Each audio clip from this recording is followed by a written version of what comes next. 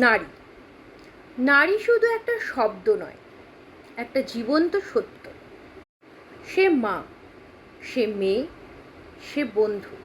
প্রতিটা রূপেই সে অসাধারণ।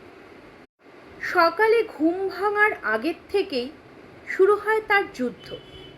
পরিবার, কাজ, স্বপ্ন, সমাজ, সব কিছুর মাঝেও সে খুঁজে পায় নিজের জায়গা। কখনো সে নিজের জন্য থামে না, তবুও সে সবাইকে এগিয়ে চলার শক্তি দেয়।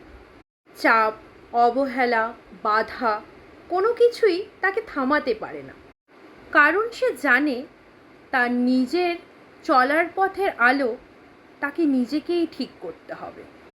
তোমার নিজের ভিতরের নারীকে সম্মান করো, তার স্বপ্নগুলোকে ডানা দাও।